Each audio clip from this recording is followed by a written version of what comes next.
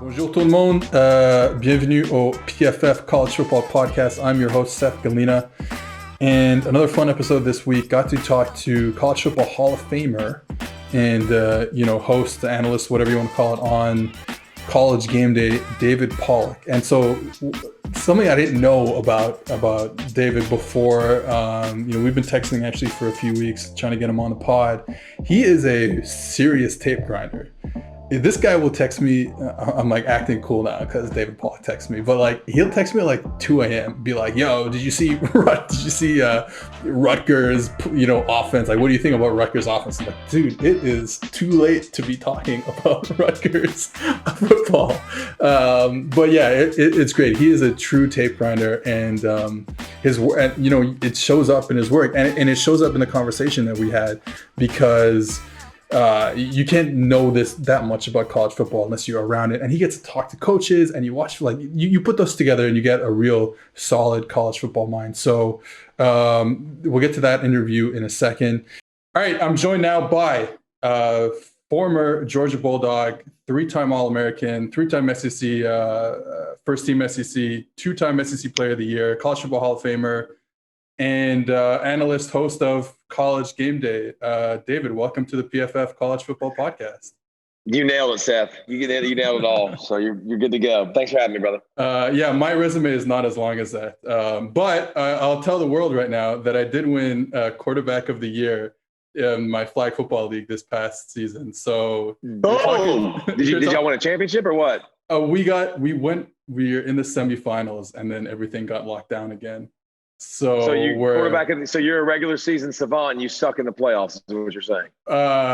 Look, I don't want to say that out loud. Okay, because once I say it, it's the truth. You know what I mean? Once I believe it, that's a problem. So it's a shame, bro. That's a shame. Yeah. So I was looking at your Wikipedia page, of course, and you were born in New Brunswick, New Jersey. Which yes. I've been to an engagement party in New Brunswick, New Jersey, about like 20 years ago. But did you let down University of Rutgers by choosing to become a Georgia Bulldog and not? You could have changed the history of Rutgers football if you would have joined Rutgers. My dad growing up always told me, he was like, "Hey man, you're going to be a Scarlet Knight." I was like, "Dad, what the heck's a Scarlet Knight?" He was like, "It's Rutgers, man. It's a team up north," because my dad's obviously from up north too. But so it was always a funny joke that he would say that growing up. But no, I didn't let them down. Hey, listen, Schiano got it cooking not long after I left anyways and was killing it. Now, the Big East was obviously a lot easier to dominate than the Big Ten. But now, after last week, hey, why not, bro? That Rutgers fever, baby. Let's go. You bring in 30 transfers and more speed. And I was texting you last night watching this stupid game. I couldn't turn the Rutgers Michigan State game off because I have problems, and just watching the game, and it was fun. It was fun to watch, man. I tell you what, you can tell when you believe in a coach really quickly by the way they compete and the way their effort is. And Schiano's a really good coach, and he had him flying around and creating 7 turnovers. I don't think you're going to do that very often, but more skill, more organization. You could tell all the guys that they have a quarterback, I think, that can make plays and they can build on. So I think, hey, Rutgers fans got to be excited. They won their first Big Ten game in, I think, over 1,000 days, their first Big Ten conference game. That's pretty solid. When I looked up their pass protection stuff, because when I watched the quarterbacks last year at Rutgers, or just watched their offense in general, I mean, it's not even fair not saying they're good quarterbacks, but it's not even fair when you have to play behind that type of offensive line. And now obviously Michigan State is not the Michigan State that went to the the playoff semifinals and stuff a few years ago. But this was one of their best pass blocking games as a whole unit in a couple of years. And the quarterback is definitely better. The transfer from Noah Vigil, transfer from Nebraska, definitely a better quarterback. You put him behind a line where you can actually play football. And did I think they were going to be Michigan State? No. But they looked like a competent offense, and honestly, that's all we. By the way, that's a compliment. Yes, it is. I mean, that's a very big compliment. Pacheco too, running the football, he looked like he had some wheels and some speed. So I think they'll be competent throughout the season. We're not putting them in the top 25. But I know Seth had it coming into the year. You had Rutgers 1-0 versus 1-0 Indiana. I know you had that circled and starred that Indiana was going to beat Penn State. And Michigan State was going to lose to Rutgers to have our undefeated week 2 showdown for them. Yeah, well, and of course, I had been emailing the ESPN for weeks saying, hey, you know what game you really guys should be going to on Saturday is this one, Indiana Rutgers. Yep. But so, the funny thing with the Indiana Penn State game is Penn State kind of dominated. And they killed him. They killed him, right? Like, this is not even, it's not even, we can say it, like, they killed him. I will say, Indiana dropped some passes, some wide open receivers, but there's no reason losing this game. And maybe it takes a little bit of luster off the Ohio State Penn State game, but I'm still excited for that game. I think Ohio State's offense versus Penn State's defense is a great college football matchup. Well, and again, I think what happens naturally with people, and I just did a podcast and I was with Kevin Gameday, and we do it every week. And naturally Kevin goes, let's talk about Indiana. How about that upset? How about the offense from Indiana? How about them playing really well? I'm like, they got their butts kicked. Indiana got hit in the face with a frying pan. They had 100 and something total yards of offense. It was a beatdown. It was absolutely smashed. And when I watch Penn State, I see a couple things. I see defensive line that always comes off low, that always comes off hard, that makes things happen. I see two defensive ends, by the way, that are going to be problems. Shaka Tona late in that game almost single-handedly ended it and probably, should have. And then Jason Owie, I think is his name, at the other defensive end, number 28. He's a freak. I mean, they actually tested him this offseason, Kevin. Seth, he's 6'5", 250 something. He ran a 4.38. So Freaky Friday athlete that, yes, on the edges could give problems. I love the way they zone blitzed and brought pressure from everywhere and were aggressive. I think they need to do that when you're playing against Ohio State and take some chances. So I think their defense was up to snuff, but I don't know. The other side of the ball with Clifford is frustrating to watch. And well, what do you think about that? Did you watch them? Did you get to study them? I watched a little bit, but it's I agree. It's frustrating. There's skill position talent there for sure. Obviously the tight end might be the best tight end in college football, or at least top 3, let's say. But he's just got to get more consistent. I mean, and it's a nice offense. I really like what Kirk Soraka did last season in Minnesota, creating a lot of easy throws, whether it was an RPO game or even just in a dropback game for Tanner Morgan and Minnesota.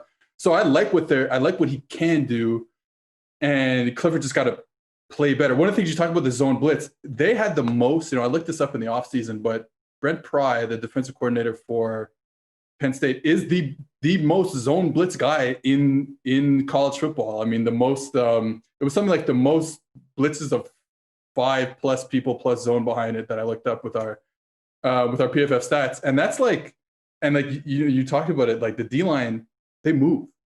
They're you can't play Ohio State like Nebraska tried to do, which is just we're gonna play you guys, we're gonna act like we're even with you, and you can't. You're not. That's not possible. Justin Fields. Yeah, and listen. Also, what does that open yourself up to with Justin Fields?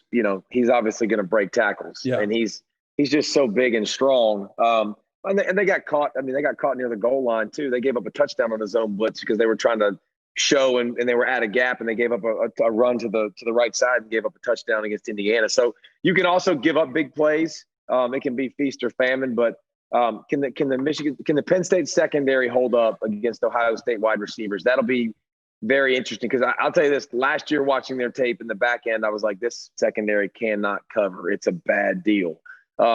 This year, it wasn't as bad week 1. Can you hold up against obviously much better weapons, a much better quarterback? I think they'll be curious to see how much they want to blitz and move out of gaps. Yeah, and I think if you're gonna play so Nebraska played off a lot on Ohio State's receivers. And they have no problem. Ohio State, Fields is so accurate. They have no problem just throwing it underneath, throwing an 8-yard hitch, a 12-yard speed out, whatever it is. And they'll hit it all the time because Fields is so accurate. But then, so Penn State is going to be okay, we're going to blitz, we're going to play man, or at least we're going to zone blitz and maybe press a little bit more. But it's man, those receivers and that quarterback, that's careful what you wish for. Yeah, exactly. So the other quarterback that I just watched, I don't know if you had a chance to watch, but I kind of liked what I saw from Peyton Ramsey and the 1-0 Northwestern Wildcats. So another surprise 1-0 team. Like they clearly this is one of the worst offenses we've seen in a long time last year. But you put an older quarterback behind there who knows how to get through his progressions. The offense is not super easy either. Like then a lot of like times where he has to go read stuff through and make the right decision. He looked good. I know Maryland is Maryland, but he looked good, right? Okay, yeah. Oh, no, hold on. You said I know Maryland is Maryland, and I'm with that. But Northwestern is Northwestern too. Exactly right. Exactly. And you're not gonna convince me that Northwestern has way more athletes on the field to outscore Maryland 43-3. Like Northwestern, I don't know if you've noticed, Northwestern ain't that team. Okay, they're smart, they're great in school, and by the way, always physical, always tough. They're never gonna quit on their coach. Coach Fitzgerald's one of the best coaches in football. But to get quarterback play, it ain't been easy for them. It's been very difficult to have anybody. And listen, they've had big, strong arm guys before in the past, but it just didn't click and it didn't get. And the thing I always liked about Ramsey when I watched him is he's also very mobile. He's not Mike Vick. He's not going to convince you he's Lamar Jackson, but he can definitely. They booted him out a bit. I noticed a few times. 100%. Sure. Yeah. Okay. So if I can pound the rock and I can pound it and I can pound it and now I can boot, those linebackers have to come up. It makes easy throws. It moves the sticks because it wasn't bombs away and killing you, down the field, because by the way, they also don't have receivers that are going to do that bombs away and win one-on-one on the outside. So I think having a quarterback, by the way, he's also super physical, super tough. You trust him. It was fun to see Northwestern. We'll see more about them throughout the season, but they have something I think that they can build around, and it's a good starting piece because they're always going to have the toughness and those other elements. So we were talking last night about how I think we're both on the same page with this about Michigan. We're not quite sold yet, whether it's the offense ran the ball extremely well, but I think this is more of a product of Minnesota maybe not being the same defense last year. And, Milton threw the ball pretty okay, I guess, but they protected him, play action, RPOs, not a lot of, when I looked up the stats this weekend, there were 88 quarterbacks who had more, non-RPO, non-screen, non-play action dropbacks. So let's see a situation where another team can stack the box, especially because they're going to play with so many tight ends. You can just load the box with people and make Milton a thrower. We're on the same page with that, right? Yeah, well, I mean, and let's look at circumstances of the football game too. You get a sack score, sack fumble recovery score. You get a kickoff return inside the 10, which you make one play, and you score. Minnesota faked a punt, and they gave them great field position. Minnesota didn't have a kicker regardless, by the way. There was a lot of factors that went into it. But I will say this. I liked what I saw from the skill around Joe Milton. I don't know if Joe Milton is that dude yet, but I like Haskins. I like Charbonnet. Yeah. By the way, Joe Milton just being able to run the football as big and strong as he is going to open up lanes for everybody 100%. And make life easier on him. Is he the guy that's going to drop back right now and pass the football down the field and make a bunch of plays? Probably not. But I do think the guys around him, there's more skill, and because of his wheels, this offense will be okay. But I'm not ready to convince you yet to say that Joe Milton can go out there and win me a game. But I think because of what he brings to the table, he can make my offense more dynamic. And then as you go along in the season, he gets to the point maybe where he can drop back and do that. And, we know that, from Harbaugh's career, when he has got a quarterback like this, the schemes are unlimited for him. I know he's got kind of a new second-year offensive coordinator in Gaddis, but you look at what he did with Kaepernick, you look at what he did, what Greg Roman is doing with Lamar Jackson. It's kind of the same scheme there. They can have some funky stuff that they do. And on the other side of the ball, so you were saying to me last night that Minnesota, without the second receiver, without having that other guy, is just killing them. Now, the offensive line didn't play well. 97 Hutchinson, 19 Kwity Paye were in the backfield. They're good. They're good. Yeah, they're good. They're really good. They're good. But So like, I watched the game again and I was I was just like, they want to throw RPOs, right? That's what they did last year. I know it's a new offense coordinator. We talked about it a bit before, but they want to throw RPOs. And what I noticed last year was they could go into, I looked up the stats, and they could go into 11 personnel last year and spread it out. And now with Tyler Johnson and Bateman, you didn't know who they were reading. And he would do like some weird stuff where he'd be looking one way and then throw it back the other way, right? So you didn't know which side the slant was coming from, which side, where it was a 3-step slant, 5-step slant, whatever it was. Now it's like, well, wherever Rashad Bateman goes, that's, you know what I mean? That's where it is. That's where it's coming. So Michigan was able to basically bracket him the whole game. And then they just had no other options.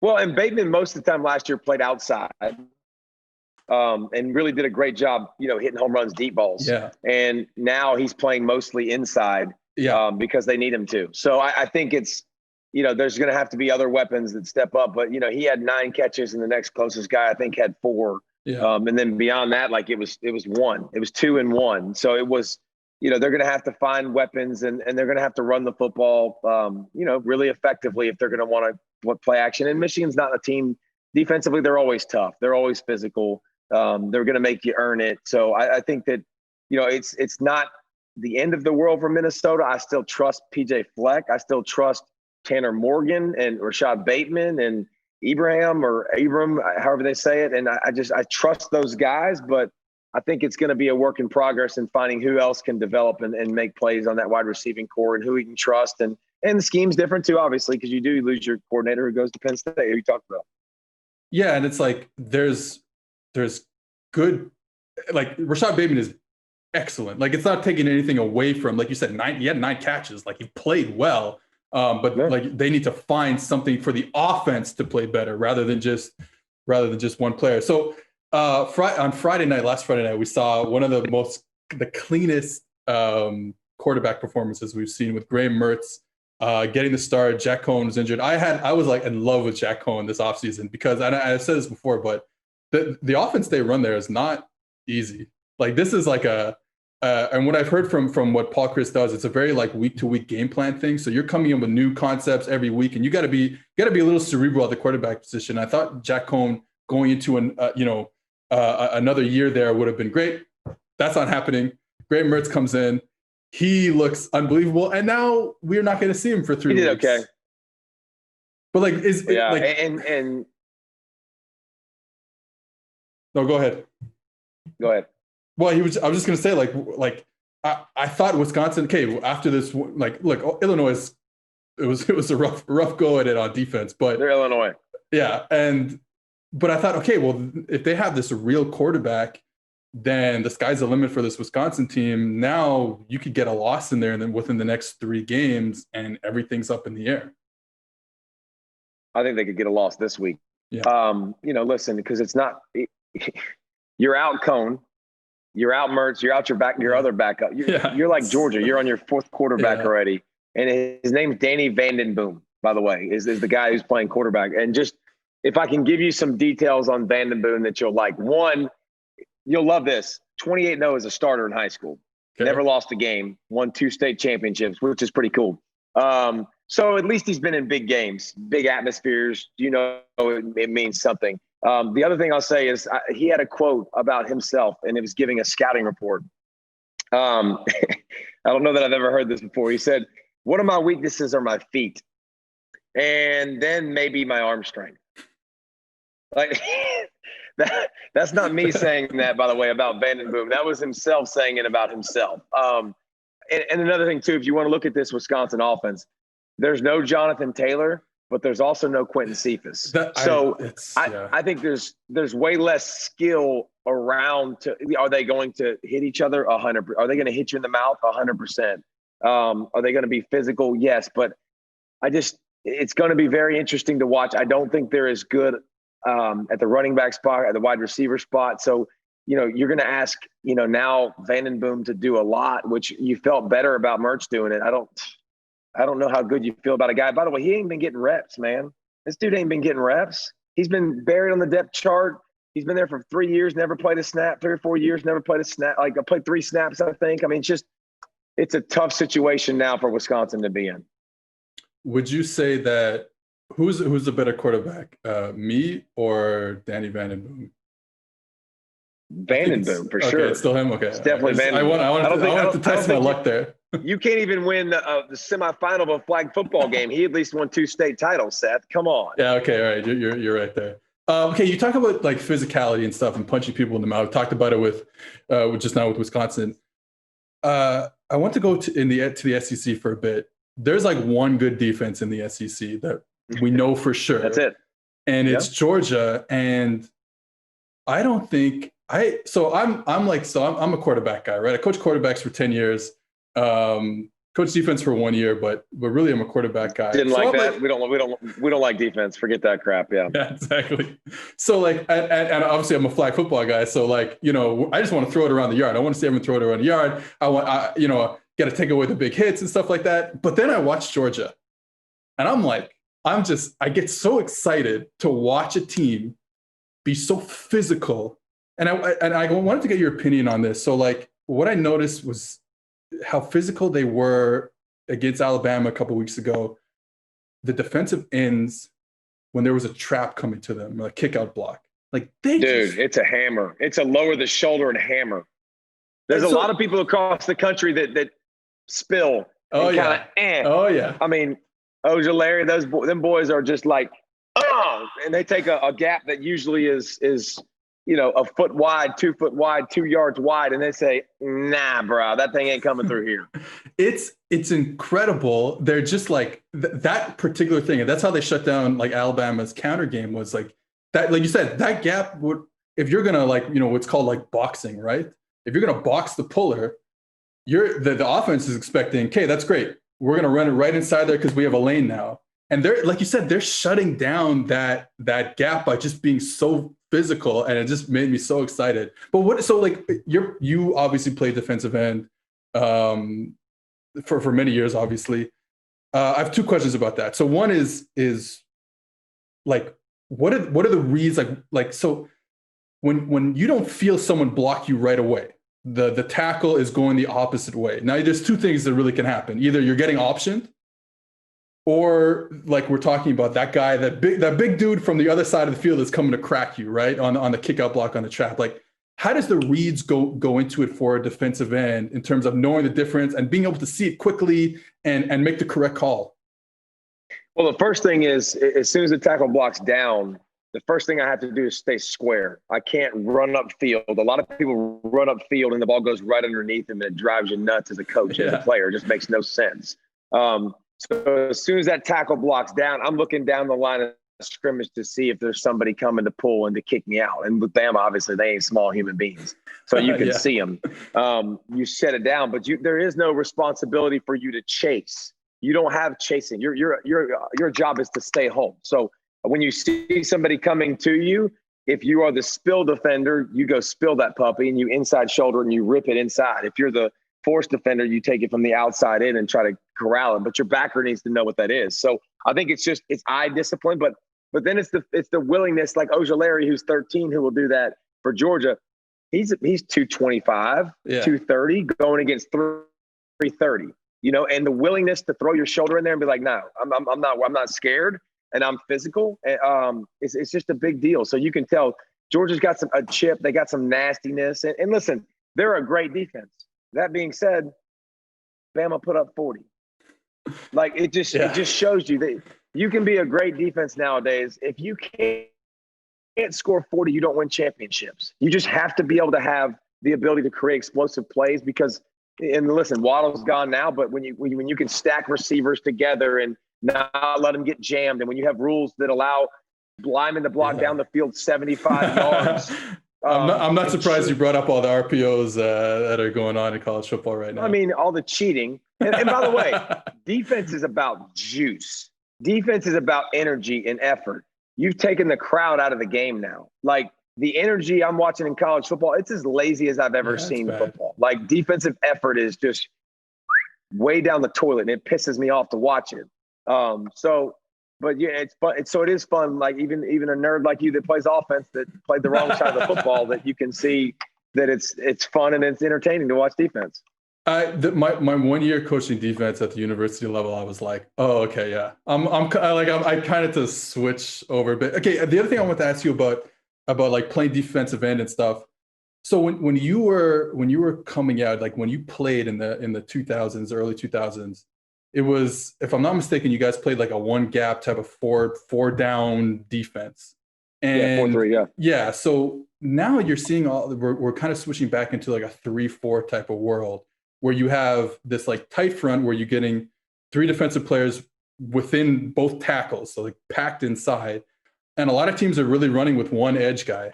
So I guess what I'm curious about is like, where do you think you would have played? You still would have been that one edge guy, or do you think you would have been kicked inside, playing inside the tackle? No, I'd have been an outside backer, outside backer, pass rusher, because that was my gift, was my first step in getting off the ball fast and being able to get after the quarterback. So, but yeah, it's definitely shifted. You got to be able to do multiple things. There's so much now with the RPO game too that will help if you don't have as many guys up front and you have more guys in the back that you can hide. And you've seen way more, 3 safety looks in the past couple of years than you have. I remember going to a game a couple of years ago at Iowa State, and I remember sitting there talking to the DC, and I was like, "Why do you do this? Like, nobody in college football they were the first, does this." Yeah, and it was like, we don't have those guys here. We have to deceive and come from different levels and not let you know where they're coming. And what we found is we got a lot of tough guys that can run, that they aren't 4-4 or they aren't 4-4, but they're 4-5, and it's easier for us to find those guys than guys in the trenches. And so you saw that, and then you saw Clemson steal it a lot a year ago with Isaiah Simmons and do some of that stuff. And now you've seen it run rampant more throughout college football, but more diversity, the ability to do more things. Players don't have to be as heavy as they used to be. Back when I played, you used to have a nose, and he was a fatty, bro. Like, he was, hey, you eat that guy and stay in your gap. And now if you can't rush the passer, and if you can't do multiple things, it's hard for you to stay on the field. And the nose in this like new 34 defense that we're seeing, it's he's still like a 2 gap, but it's like I'm gonna be on the center, but I'm gonna, at the snap, I'm picking a gap. It's not like I'm here and I'm then I gotta make a play. It's really, it's a 1 gap, 2 gap type of thing. That, so you're right, like you don't have these big monsters inside. Like they're quicker players. And honestly, like the way I see it is, you clog the middle, you force everything to go this way. And then you get those faster players who now you have more speed on the field. Like you said, maybe they're not 4-4 guys in the secondary, but at least they're 4-5. Sorry, not 4-4 guys, but at least they're 4-5 guys, and they can go horizontally. And like that's just, it's weird how the game has changed like so much. I mean, football always. And why? Yeah. But why? It's more tempo. Yeah. It's offenses. By the way, back in the day too, we used to have a fullback. That was 245, by the way. And when you went spider 2 wide banana, you threw it to him in the flats and you got 8. Okay. Now you got 6'6", 260-pound tight ends that are running 4-4. That, by the way, they stretch the seam like crazy. They can catch the ball in the flats and turn it into 15, 20, 30 yards. It's just, man, the game with tempo and personnel groupings now, and especially so much 11, so much 12, and tight ends that can move, and you're changing gaps all the time with those guys because they can start on one side and they can come to the other side, and every gap slides, and you got to move, and then you got pop passes, and you got all this crap off of it. That the RPOs changed the game. And Nick Saban saw it years ago, and he was like, I'm done, dude. Tap out. Like, I'm not going to do this crap anymore and beat my head up against the wall. Like, I have to outscore people. I have to be willing to put in tempo myself. I have to be willing to throw the football more and get off of my defense wins games. Like, we got to control the clock. We got to control this. Go score. You score and you win. Like, make explosive plays, you win. So I think that's been, the shift and the gradual shift in throughout college football. The Alabama thing is honestly, like, I could be wrong about this, but like when they changed, that changed the whole world changed in the college football landscape. Changed when Alabama said, we're not going to keep doing this anymore, and we can go, because it's like, well, we're always going to get great receivers. We're always going to get all these skill position players. Why don't we actually use them? And then when you see what they're doing with them now, obviously, you talked about Jalen Waddle being injured out for the season. That's tough because he's so fun to watch. But Bama fans are pissed at me because they think that it's just next guy up. They think that they're just going to plug 8 in there, they're going to plug 18 in there. Not that they're not good players, those guys, but there's only one Waddle, bro. He is. And by the special. way, there's only one Waddle in all of college football. So you dang sure ain't got another one on your roster, even though you did have Ruggs last year. Besides the point. But no, I just, I don't think Bama can win a championship because I don't think they can go now tick for tack with Trevor Lawrence and Justin Fields and score points. And Bama's defense ain't setting the world on fire either. Well, let's be honest. Right? They're very average. They're not a great defense. I see a situation where, let's say Georgia gets to Atlanta to play Alabama in the SEC championship game. That could be a completely different game because you look at how Alabama won that game. It was vertical outside shots. And now obviously, yeah, you still have Mechie, you still have Devonta Smith, but it's not the same when you have that insane talent of Jalen Waddle on the outside, because Georgia did everything else right. They took away the run game. They took away all those like over routes that they love to run. And they were left with those deep outside vertical shots, and Alabama can make those plays with that full group of receivers. There's a very good possibility, assuming Georgia gets through Florida and the East, like that Georgia goes and beats Alabama in Atlanta. I'm with you on that too. And another reason I think that's important is Georgia. You got to realize Stetson Bennett's had a couple weeks as the starter to practice. George Pickens is a sophomore. Burton, by the way, is a freshman wide receiver who's going to be really good. He's going to be special, number 7. He's good. By the way, freshman.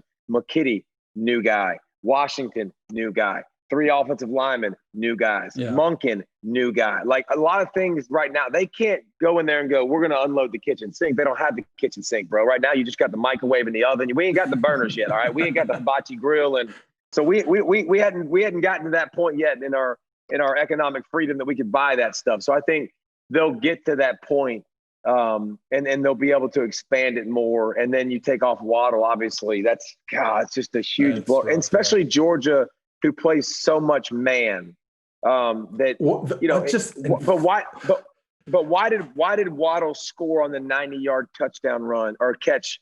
By the way, it's 27-24 Alabama or Georgia. It's 27-24, 3 minutes left in the third quarter. Jalen Waddle, there's a little miscommunication off the snap between Georgia, between Stevenson and Campbell. And it was one step, by the way, wrong for Campbell. Campbell stepped inside. Waddle goes 90. Yeah. By the way, I'm not saying Mitchie's not fast. I'm not saying those other guys aren't fast. One step a lot of times doesn't hurt me. One step with that cat, it's ridiculous. So it's a game-changing element to Alabama's offense that people will see at some point, but it won't be anytime soon. The only time you're going to get it is probably the SEC championship game. Okay, let's say in the SEC, I think there's the one big game in the SEC is really like an elimination game.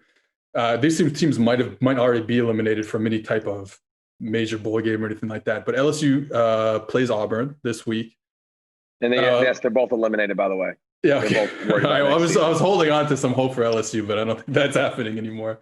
But I guess the question is Bo Nix is just not he played well against one of the worst defenses in the country last week, but is he the guy? Even whether it's this year or even next year for Auburn to lead them anywhere significant? He played better. I know everybody plays good against Ole Miss. Yeah. In their defense. But first of all, Tank Bigsby's the guy. I mean, if you watch Ford running back, that dude's a true freshman. He's a full-grown man already. He's so good at breaking tackles and making people miss. And let's be honest, it ain't like LSU's figured out their defense. There's still plenty of lapses and plenty of plays. It was bad last week against. They played good in the red. No, it was better last week. It was better. It was definitely better. It was better, and they got Ojulari, who had 3 sacks. They had some young guys make plays, and which is good. I mean, Ricks had a pick 6, who's a freshman. Ojulari had 3 sacks, which is good. So I think, but their eye discipline is still bad, and here's the thing. I think Auburn can take advantage of some of that. Seth Williams is still a monster. Tank Bigsby's a monster. So I expect this to be a really good competitive football game, but I was more impressed with TJ Finley. I mean, good God, that dude just came off the street. By the way, coming off the bus, 6'6", Oh my 245. Like, good God, huge. Had a big arm. Only made really one mistake. Threw with conviction. Can move outside the pocket, but I guess Marshall I think Marshall liked the day with him. I think he had a blast with him. But I think this offense it'll be interesting to watch without Miles Brennan, but I think they're in good hands with TJ Finley too. So I think this will be a very competitive game, one of the most competitive games of the day. I think, with LSU, it's crazy. So it's not anything to take away from Joe Burrow, who I think look at it, he's my favorite quarterback that's ever lived at this point. But what's your but? It's like, man, why didn't LSU just do this type of offense for the past 10 years? They should have just been like this? I'm speaking as a frustrated LSU fan, but it's like, you look at how much different the game is. And we talked about it with Alabama going to it, after the Ole Miss games where they lost a few years ago. But it's like, man, you're putting these athletes in space the whole game. And well, by the way, you always saw Jarvis Landry, Odell Beckham. You saw those guys go on and become Freaky Friday athletes in the NFL. And you're like, why did they suck at receiving for me? Exactly. It's because your offensive system sucked. But no, I still don't trust LSU. I'm not jumping on the bandwagon yet. But do you trust Auburn? So neither one of the Tigers do I really trust. No. All right, let me get you out of here with this. You talked about how back in the day you had the first step, but what was your move? What was your best move when you got to the tackle or guard, whatever? The dip rip, club, what was your move? I think I was definitely a dip and rip guy because of my first step. Later on, as I got older, I developed my spin more. But I also did a really good job of stab and catch. I would stab with my left hand and catch with my outside hand on my right hand. And I always had good hips. I watch pass rushers nowadays, and it drives me bat-shiznick crazy sometimes because they're squared up this direction. I'm like, I'm not going this direction. I'm going to the quarterback this direction. I got to be able to bend the turn.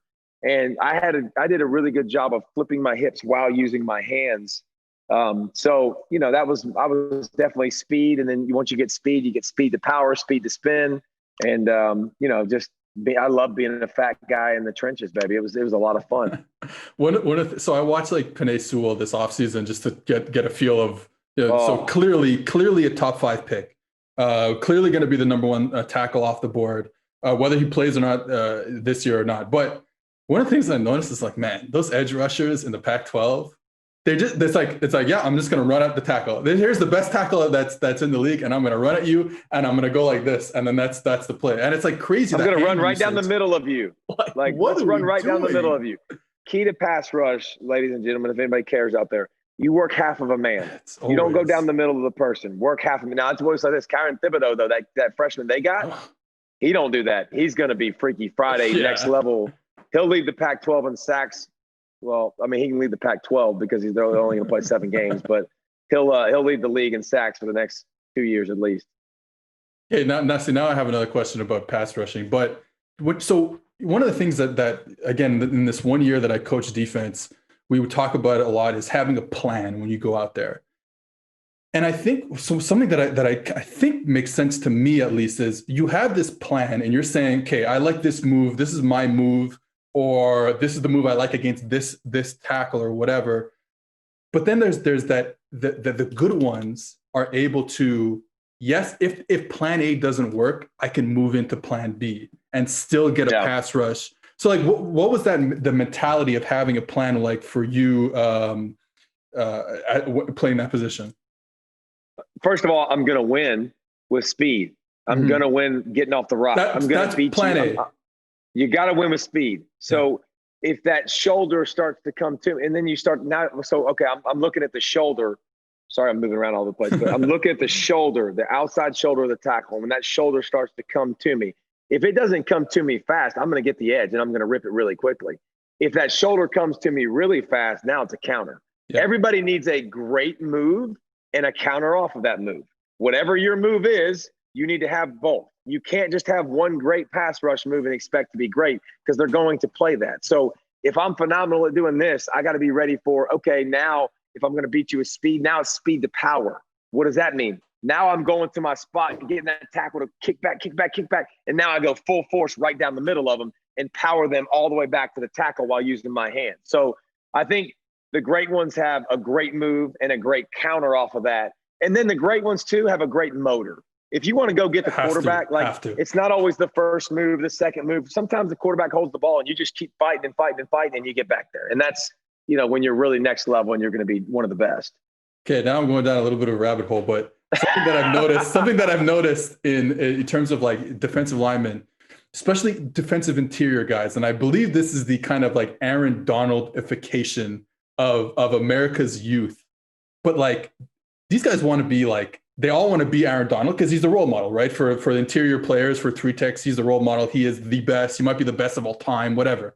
But so now I'm noticing these guys in college and they're like so light on their feet. They have moves. They're not just bull rushing interior guys. They have moves. They have these dance moves. It's crazy. Have you been noticing the same thing that I have? Yeah. And also leaner. I think you 100%. You don't have to be fat now to play defensive tackle. And I think that transition's been awesome. But yeah, Aaron Donald, you can still win inside with your first step. Like for years, it was always, I got to go right down the middle of people and I got to be able to bull rush and collapse the pocket. Now you're like, wait a minute, I can bend and make that turn really quickly too and get to the quarterback. So and the guards, definitely, it's not like these guards are the same athletes that you have at tackle. No, not at all. So I think it's definitely something to watch and continue to watch. But if you're watching Aaron Donald, it's a good start. Now, I'm not saying you're going to get his superhuman quickness and superhuman strength, but, Aaron Donald does a great job of using his daggum hands and not going down the middle of people. He's not going to go down the middle of you. He's not stupid. Like, he's not going to let you engulf him and lay your body on his. Like, he's just not going to allow that to happen. So I think it's if people are watching and learning, that's a good thing to watch and learn. All right. That's it. I have no more questions.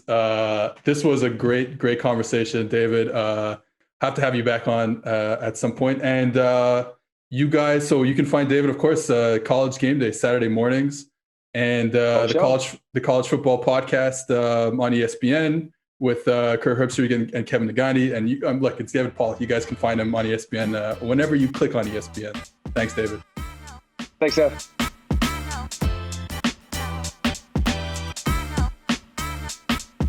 All first-time depositors at Monkey Knife Fight that put at least $20 into their account while using promo code PFF will receive a free PFF Edge annual subscription. So that's a $40 value for just $20. And you'll get that opportunity to turn that $20 into even more money playing daily fantasy football and prop games at one of the fastest growing fantasy sports sites in the USA, in Monkey Knife Fight. Go to Monkey Knife Fight and deposit your $20 with promo code PFF today to receive your free PFF Edge annual subscription. PFF and Sunday Night Football's Chris Collinsworth is teaming up with one of the best players on and off the field, 49ers All-Pro cornerback Richard Sherman. The Chris Collinsworth podcast featuring Richard Sherman is available now wherever you find your podcast. They will provide the most interesting football conversation in sports every week. And sometimes that means the discussion will venture off the field too. Additionally, Chris will be taking a dive into the game of football as he sees it, inviting in the best and brightest to talk about everything that is happening in the great game of football. Mark your calendars. You do not want to miss the best 60 minutes of insight this season. MooseFit is a premium online workout program and remote coaching service that provides you with daily workouts based on your goals, the time you have available, and the equipment that you have at your disposal. Purchase your MooseFit membership and a MooseFit coach will reach out to you with a questionnaire. Based on the information provided in the questionnaire, your MooseFit coach will either assign a pre-made program to you or will create your custom program for you. No two programs are the same. MooseFit is well equipped to help provide you with daily workouts that will help you reach your health and fitness goals. For PFF listeners, use code PFF50 and receive 50% off your first month. For more information, check them out on Instagram at MooseFit or on their website, www.moosefit.com. I'm joined now, of course, by the big homie, Anthony Treash, to go over this week's top 25 matchups. Not a crazy slate of games, but I think we're going to find some stuff out about some teams the Cincinnati, Penn State. We're gonna get to know who they are. Michigan, even maybe Kansas State. So there are some like interesting matchups for the diehards out there. But let's get into it right away. Boston College goes to Memorial Stadium and Clemson. Giving them 31 points. Is that how the line works? I'm trying to be a betting man now. Do you get, when you're negative 31, that means you're giving points? Am I right with that? Yeah. Okay. So, you got to win by 31 to cover. Right. And okay. they honestly might in this one because they're going to be gunning. They're going to be out for blood after last week. I think so. So I was talking to Richard Johnson, who was on this podcast twice already and is on Thinking Out Loud on the SEC Network. And he was talking about how, so Jeff Hafley comes over from Ohio State, and Ohio State last year ran one of the most basic defenses that you can really find. I mean, there was a 4-2-5.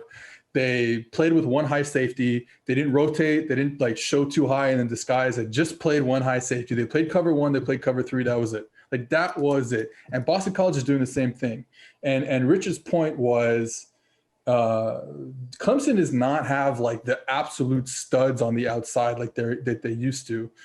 So if they're going to play man to man, and Boston College is going to play man to man, is there any chance that they suppress them a little bit, not shut them down, but at least suppress them a little bit? I don't think so. I think Clemson's wide receiver unit's definitely the weakest part of this team, but I think they're going to get some stuff underneath cooking with Amari Rodgers and Travis Etienne in there too. I'm hopefully they get back Joseph Ngata here pretty soon. I know he's been banged up to start the year. He's been on and off the field, but Dabo Swinney himself said he's not been 100%. But he's getting back to full strength, which I think will help out, especially the drop issues downfield. I mean, even Amari Rodgers, who's been the best wide receiver on the team, he's had his fair share. He's been a big part of the drop problem downfield, not catching a whole lot of catchable balls.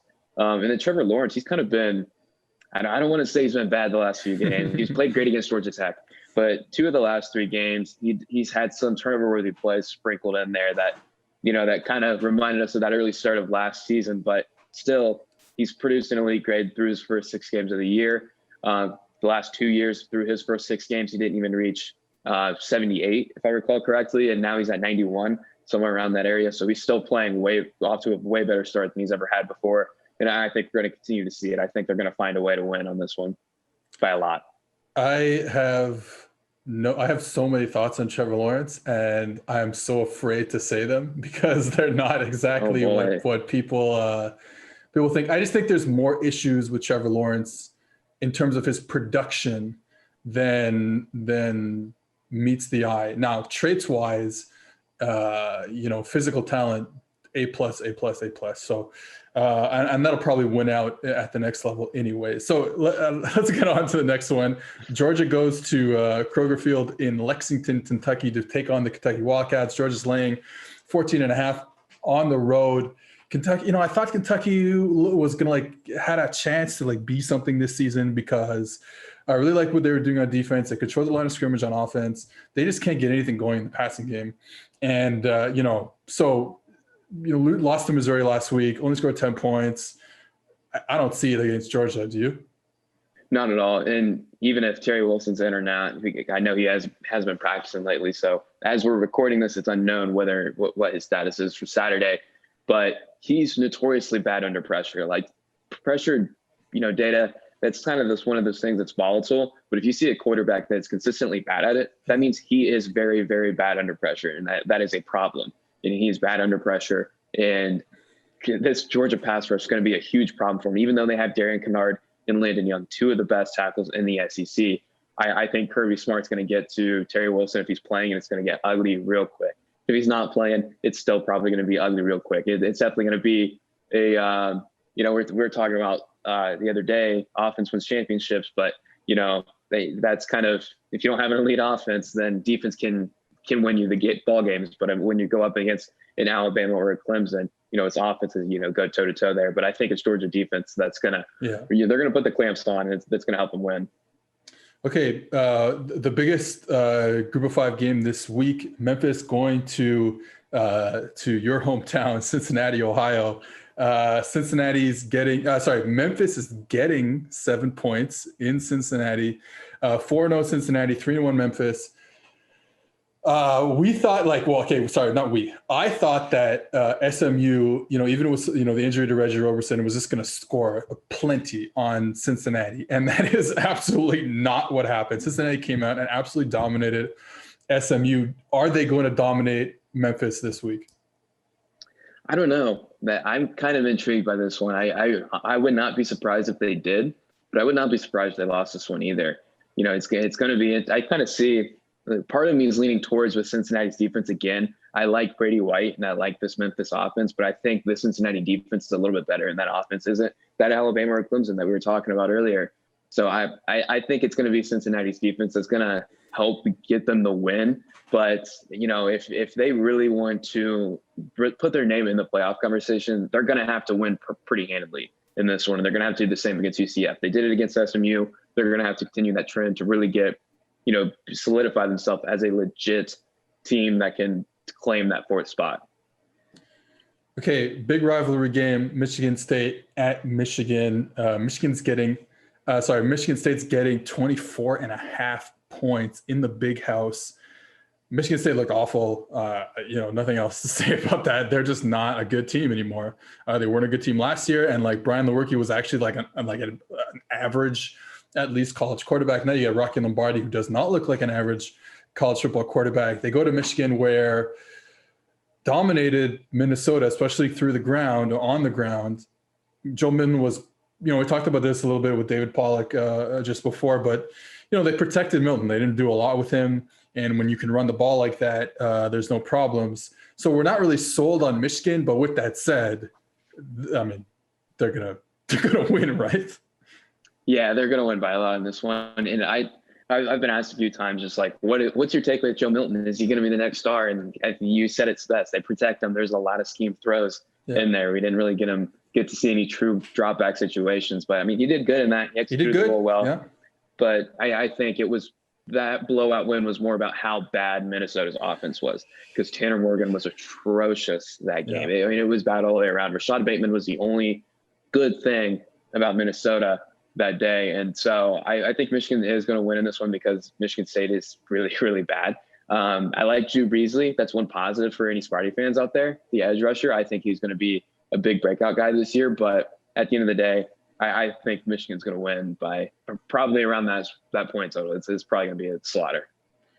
Kansas State going to West Virginia, our favorite football team, the West Virginia Mountaineers, quarterback by Jared Dagey. This is such a huge game in the history of Kansas State to stay ahead in the Big 12, where they're already 4-0. They go to West Virginia, like I said. Is this finally going to be the day that Jared Dagey, and the rest of his team shows up and they can actually put points on the board? Because, with our grading system and we've watched Jared Dagey, he can play. He absolutely can play. He's been one of the better quarterbacks in the Big 12, maybe the second best quarterback in the Big 12. No one else can play around him. Okay, so he is. There you go. We love this guy. No one else can play around him. So is this the game where they finally show out, or Kansas State just comes in and kind of proves that they are, this number 16 ranked team? I think it's going to be. I am counting on the West Virginia supporting cast to follow through on this. Here we go. I have to roll with the better quarterback in Jared Dagey. I know Kansas State has a very quarterback-friendly offense, but Skylar Thompson not playing. It's Will Howard. And Jared Dagey, when he is in rhythm, he's a top 10 quarterback in college football. His grade says that. 91.9 grade when he's in rhythm. And that's 8 grading points higher than any other current Big 12 starting quarterback.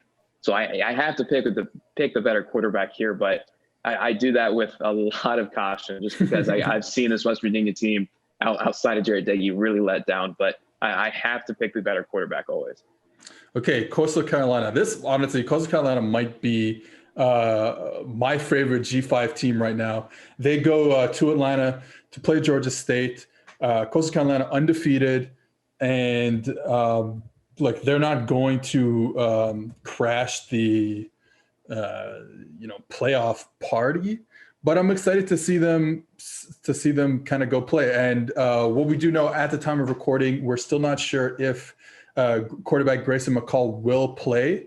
He might. We're not sure. That would go along with, they didn't win last week without him, but he has been, it's funny because you just don't get, I'm sure I talked about this before, but you just don't get a lot of accurate quarterbacks in a triple option type of offense, because if they're this accurate, you usually just don't play in this, they don't play in triple option offenses. This is what happens. This is what's happening with Coastal Carolina and Grayson McCall. He's been that good. Hopefully he plays this week.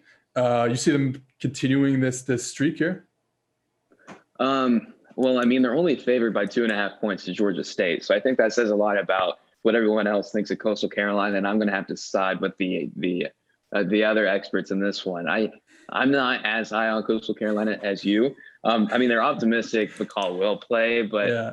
I mean, the schedule of defenses they've had to face, in my opinion, aren't that great. They beat Louisiana, but I think Louisiana was overhyped from the get-go. And then you have Kansas, Campbell, Arkansas State, who are all in Georgia Southern, all at the bottom of the barrel in the FBS as far as defense goes.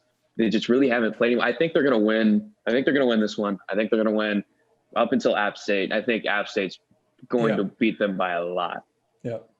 Okay. Iowa State, Kansas. Somehow Iowa State's still ranked in the top 25, but I guess my only question for this one is the line is 28.5. Do they cover or not?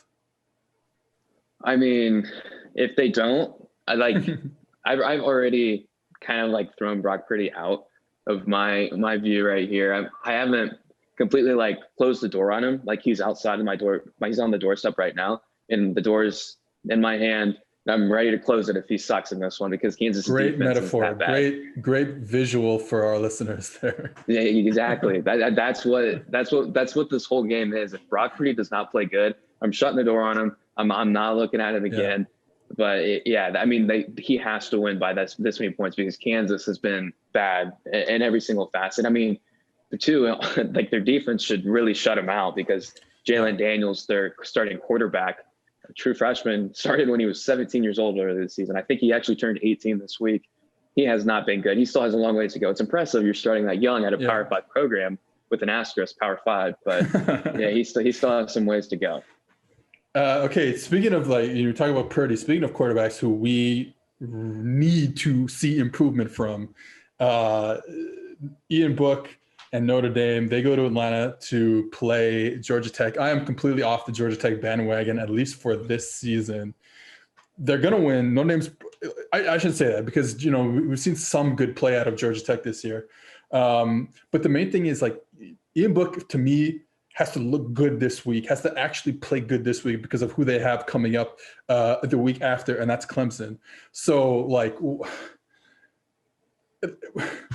I guess my question for you is that, how much better does Book have to look this week for you to even think about them beating Clemson in 2 weeks? I need to see him, inside the pocket, delivering big-time throws on the field. He has not done that at all this year. And, show that he can make those, the right decisions, because there's been so many times where he's just, I'm not really sure what he was thinking, what was going through his head when he throws a football.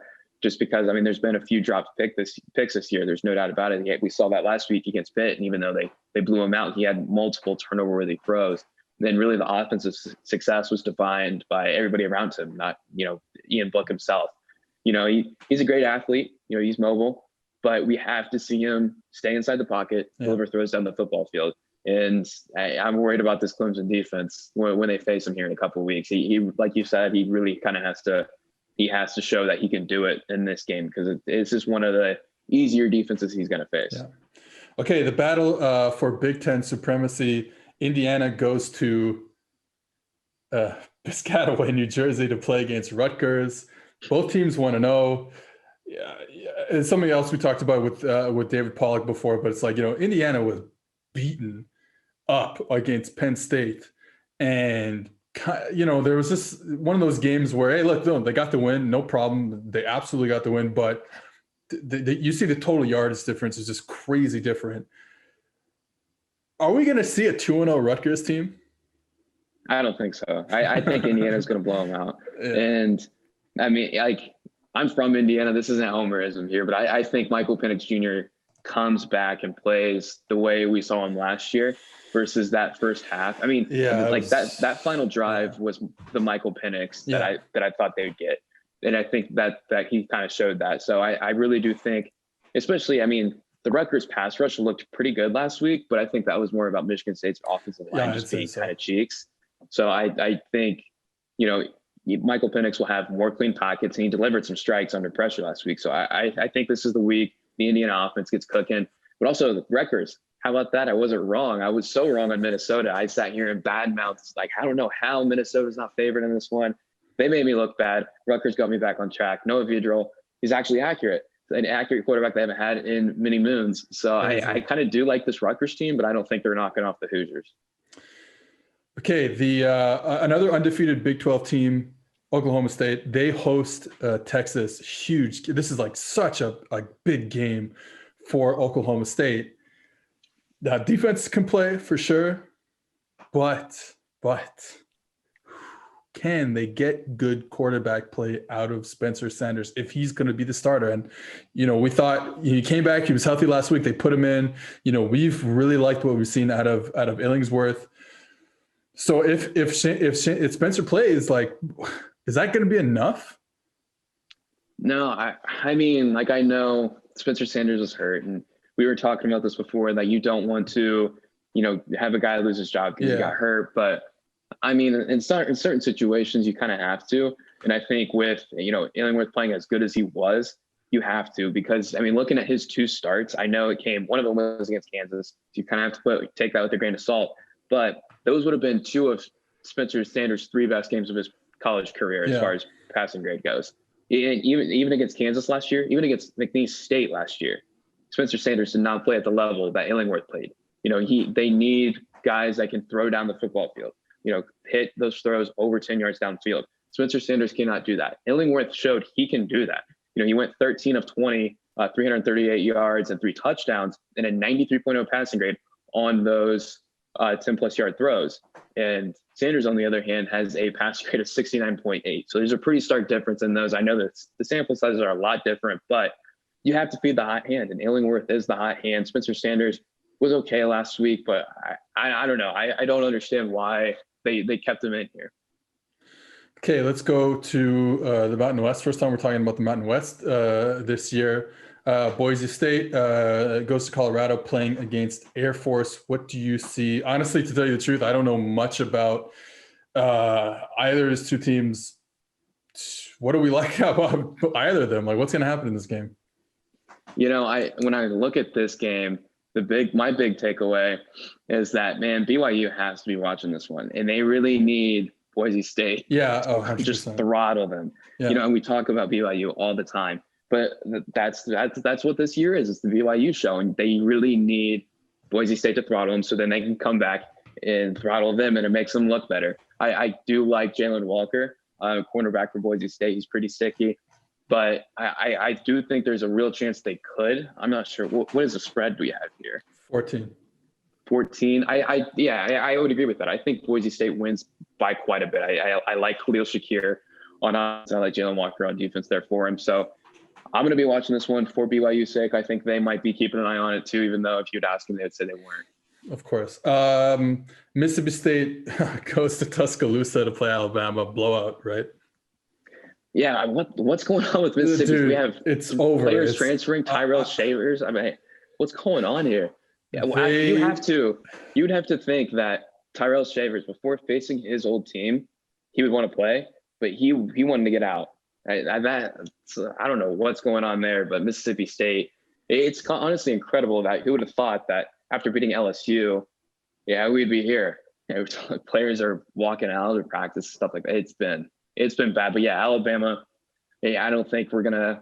I'm gonna miss Jalen Waddle out there, but I don't think we're gonna see a big difference in the Alabama offense. Definitely not in this game. Okay, the biggest game of the night: Ohio State goes to Penn State. Ohio State's favored by 12. This is a fascinating game. So Ohio State last year, obviously a wicked offense, but their worst game in terms of EPA per play was against Penn State's blitzing, a zone blitz type of team, line movement, all that stuff. Penn State obviously is probably not as good last year, though I don't know if Ohio State is even as good as last year. So how do you see this one playing out? You don't think Ohio State's as good as last year? I think that I'm not sure yet. I would actually, honestly, right now, I would probably take them above Clemson. I think Alabama's the number 1 team in the country, and I'd probably put Ohio State at number 2. But the thing is, we don't. I just don't know about the defense. This defense is going to be a good. Offensively, they'll be fine because Justin Fields is that good. I'm just not sure about the defense. Just keep losing pieces. I know they recruit as well as anybody, but they keep losing pieces. And I feel like eventually you're going to have a down year. Maybe. Hopefully I'm wrong because I like watching this team. Yeah, I think they're maybe just as good, even though they lost all those guys. That's just me. To really break out, we haven't really seen enough from him to really know how great he's going to be. But I think he is going to be great. I think that's just me assuming that. But yeah, I think Ohio State is going to win by a lot in this one. Mm-hmm. And really, the biggest matchup that I'm just more interested in, just because I think it'll be a blowout, is Jason Owe versus Nicholas Frere. I think Jason Owe is going to have a monster game again. He had a monster game last week, which we talked about against Indiana. Down the stretch, he was incredible for him. I think he's going to have another one of those games. I think Shaka Tony is going to get shut down by Munford over on the other side. But I think that's going to be kind of the if you're a Penn State fan and the game's not going well, just keep an eye on Jason Owe, see what he's doing over there. Because I think that's the way this game's going to be rolling. Just because Justin Fields, he's just. He like I was talking about. He did have one bad throw last week that was negated by penalty. Got lucky there. But he was, near flawless everywhere else. So, it's kind of, Penn State's defense is obviously way different than Nebraska. But, Nebraska doesn't have a bad defense. It is a pretty good defense. So, I think it's going to be a steamroll fest for Ohio State every single week. Okay, Arkansas going to Texas A&M. You know what? To me, this is actually an interesting game. Like, Arkansas has obviously played well to start the season. Texas A&M, everyone's talking about them saying like, oh, okay, they lost to Alabama, but if they can kind of run the table and make some noise late in the season. But, they had a fluky fumble recovery at the end versus Florida to really win the game. They could be 2-2 also. So I'm still not sold on Texas A&M, even though they're ranked number 8 right now. I'm glad you said that because I'm not either. And, in our preview article where we picked the games, I was making the shell of the article. I still have to write it yet, but there was one game where I saw, and I went ahead and picked it. I usually wait until I write the write-up, and I went ahead and picked this one, and it was Arkansas over Texas A&M because I think they're the better team. I think Felipe Franks is a better quarterback. I just fainted. Okay. You would have thought we'd have been saying that. I know. Speaking of Felipe Franks and his old team finally comes back to play. Florida will host Missouri. Missouri's getting 13 points on the road. What do we like here? Yeah, I think Florida's going to win by a lot. It's an ugly slate. I feel like I've been saying this team's going to win by a lot. That's probably going to be the common theme. I hope I'm wrong. That would be awesome if I'm wrong, but I think this Florida offense is too much to handle. I think with Kadarius Toney, Kyle Pitts, those two are just the monsters out there. Those are the engines of the Florida offense. That's what makes it go. And you have to give credit to Dan Mullen. I think he's one of the most underappreciated coaches in all of college football. We saw that last year. The data even pointed that out. We looked at their implied win total versus actual win total in 2019, and it was a lot higher. It was actually the biggest gap. And that kind of insinuates there was some luck involved, but that also means you have really good coaching and a good scheme that Dan Mullen to a T. So I think Florida's offense is going to be too much. It's one of the best ones in the country for Missouri to handle. But, there are some positive pieces there. I really like what Connor's doing at quarterback. He's been a lot better than I was expecting. And then Nick Bolton, too, on the defensive side of the ball. Okay, Navy goes to Dallas to play still ranked SMU. I think this is the line is 13. I think this is a blowout though well, you know what? The problem is the possessions. There's not going to be a lot of possessions in this game. I think I think SMU is definitely the better team. I don't think that's really even close. I'm not a big fan of what who Navy is this year. But can they keep it close? Can they cover the 13 points? I don't think so. I think Shane Buechele and Rashi Rice, I think they're going to put up. Even though, like you said, not a whole lot of possessions, I still think they're probably going to score on a big play every single time they get the ball. I just can't. Every single time I think of Navy, I just go back to their opener against BYU and how bad they. I mean, they genuinely looked like a high school team out there at times. No disrespect at all. That was kind of mean. I feel bad by saying that. Hopefully, none of them are listening. But trust me, I don't think anybody is listening. They're probably not. I'm probably getting away with that one pretty free. But yeah, I think SMU wins by a lot. Okay. North Carolina, a team we love to talk about, going to 1-4 Virginia, but the line is only 7. So North Carolina on the road, laying 7 in Charlottesville. What do you think is going on here? I'm surprised they're not favored by more, personally. Yeah, I agree. Just because the way Virginia's been playing and North Carolina's been playing as of late, pretty stark difference there. Like North Carolina's like actually good. Yeah, I think everyone's kind of looking at that Florida State loss a little bit too much. And again, they are the far better team. I still don't think any less of them than I did before the loss. I think less of the play calling, not the players on the field. So again, we've talked about this before. Florida State they won the game. Props to them, but North Carolina lost that one more than Florida State won that one. I mean, they're significantly the better team. I still think, I think they have one of the better offenses in college football. So I don't know. I think I'm going to throw a lot of cheddar on that one. I don't know about you. I'm not a betting expert, but that's a juicy line that's popping. Yeah. Another juicy line. I think Oklahoma going to Lubbock to play Texas Tech, 14 points. Texas Tech is not good. Okay. Oklahoma is they have 2 losses, but they're like probably still the best team in the Big 12. And I think they're going to score a lot. And okay, so Texas Tech can maybe score 2. It probably can score 2, but I think still you're thinking they're more of it's going to be a bigger line than 2 touchdowns. Yeah, and I think if Alan Bowman was starting, I would agree with you. But Henry Colombi's he hasn't been great, but he's been better than Alan Bowman was when he was on the field. But I agree with that. Oklahoma's the best team in the Big 12. Yeah. I think people are overvaluing. I mean, when you think of Spencer Rattler, 2 plays come to mind: the interception against Kansas State at the end of the game, the interception against Iowa State at the end of the game. That's what you think of. And I think people are not considering the full picture here, because he's been nearly perfect on every other throw besides those 2. He's been exceptional. He's still, I think he ranks 7th or better in both negatively graded throw rate and positively graded throw rate this season.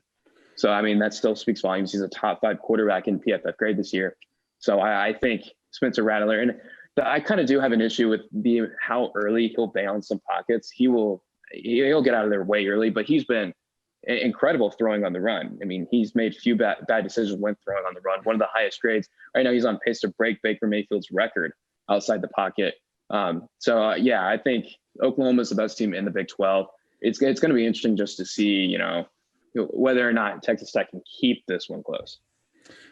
He is not seeing the concept, seeing the field super well in the pocket, but he gets away with it, at this point in his career, with insane arm talent, having a Lincoln Riley as offensive corner, and stuff like you said, like just plays out of the pocket are boosting him a little bit. Okay, last one, BYU at home to Western Kentucky. We're staying on the BYU hype train, am I right? Yeah, I mean, until I see Zach Wilson have a bad game, you have to at this point. 29 points is a lot, but yeah, that's what they need to. I mean, that's exactly out of the table. That they have to win by that much. Yeah, if they want to go to the playoff, they got to keep winning like this. And I agree with you, like you said, like Boise State's got to win also to make them look good when they go play them in a couple of weeks. All right, that is your top 25 rundown and our very amateur betting opinions on those games. Me and Anthony will see you on Monday morning for the recap episode. Okay, another episode in the books of the podcast. Hope you guys liked it. Next week, have a great interview with, just trying to make sure he's a real football guy, football data guy. I'm just trying to make sure I have his name right. Is it Bryce Rossler? Yeah, so he'll be on the podcast next week and have a really good conversation with him. Until next time, thank you very much. Thanks for watching the PFF YouTube channel. And if you want to subscribe, all you have to do is push the button. Don't forget everything you get. A little fantasy, push the button. A little green line for the gambling aspects of the game, push the button. College football, push the button. The YouTube channel from PFF.